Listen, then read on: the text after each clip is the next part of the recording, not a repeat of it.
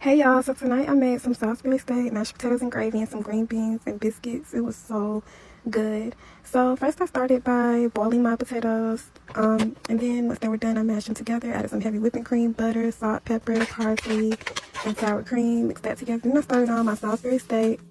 I used ground beef, onion, bell pepper, eggs, Worcestershire sauce, however you say it, and breadcrumbs. Then I formed into little patties. I cooked them on each side for about 6 minutes each. And then for my gravy, I used onion, mushroom, flour, mixed that together. Then I added some beef broth and added my patties back. And then I'm starting on my green beans. I just sauteed them in some butter and bacon. And this is how my meal came out. It was so yummy, y'all. Like, I love Salisbury steak.